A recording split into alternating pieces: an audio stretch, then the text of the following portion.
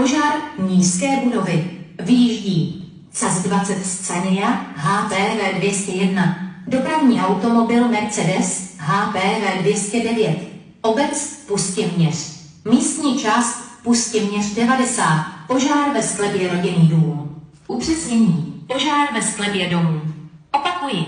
Požár nízké budovy. Vyjíždí CAS 20 Scania HPV 201. Dopravní automobil Mercedes HPV 209.